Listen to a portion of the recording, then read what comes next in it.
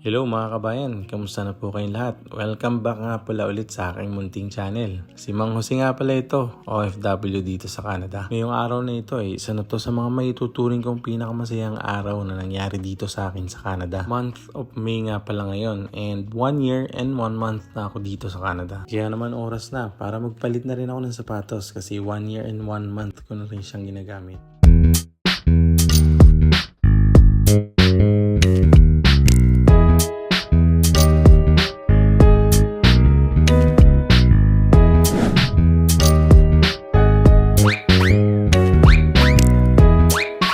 Dito nga pala sa Capilano, may Skechers and nabalitaan ko na nagbibigay daw sila ng 30% discount dito. Kaya naman pumunta kami kahit hindi pa namin sweldo. Dahil nga merong 30% na discount, pipiliin ko yung above 100 na syempre. Yung sapatos ko dati is low cut lang. Kaya naman nung nag-winter nahirapan ako. Kaya nga hanapin ko ngayon is yung medyo boots na para panlaban na sa winter.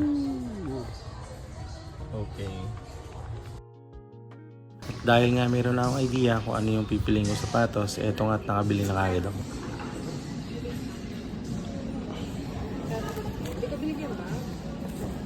Iniingan akong pambayad, bag eh.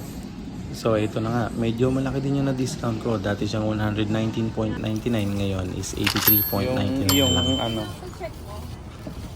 Oo. Doon tayo. Doon na tayo?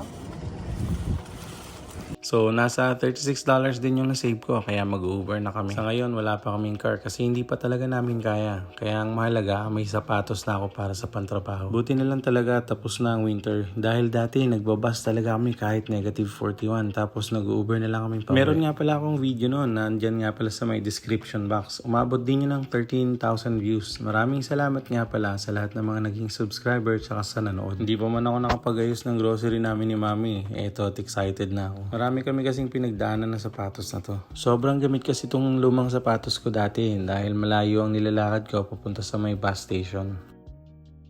At least ngayon may pangmalakasan na akong sapatos, mainit man o mag-snow. Nakita ko lang kasi sa katrabaho ko na ganito yung gamit niya. Tsaka sobrang komportable niya kahit na mataas ang snow. Kaya naman nagka-idea ako na ganito na lang kunin kong sapatos. Naalala ko tuloy na nag-ROTC pa ako.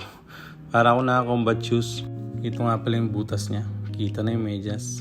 Maraming salamat sa alala. Siyempre, mamimiss kita. Kahit hindi pa nga namin sweldo, nakabili na ako ng sapatos. Kaya naman sobrang thankful ko dito sa Canada. Kasi nga, tax season na ngayon.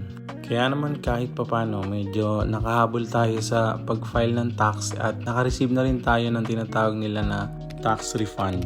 Yung tax nga pala dito, hindi mo mapapansin kasi automatic yan na kinakaltas sa'yo. Kasama na rin sa deduction yung healthcare system. Kaya naman sinasabi nila na libre ang healthcare dito sa Canada. Dito nga pala kapag nag-file ka na ng tax mo, kailangan mo magpa-assist sa mga talagang marunong para at least hindi ka mawala or hindi masayang ang pag-file ng tax mo. Magbabayad ka lang ng $35 pero worth it naman. Then pagkatapos nun, pwede ka na mag-create na account mo na CRA. Yun yung Canada Revenue Agency dito sa Canada.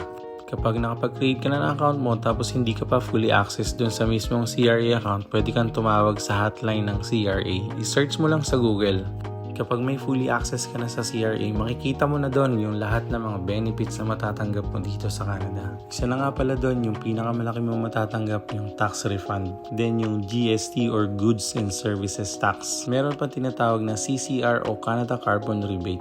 Lahat ng yan matatanggap mo dito sa Canada dahil tulong yan ng government dito para sa lahat ng mga low-income worker. Kaya naman ngayong month of May, ang total na natanggap ko is 150,000 in Philippine peso. Sobrang laking tulong talaga nun para sa amin. Kaya naman thank you Lord, thank you Canada, and thank you for watching!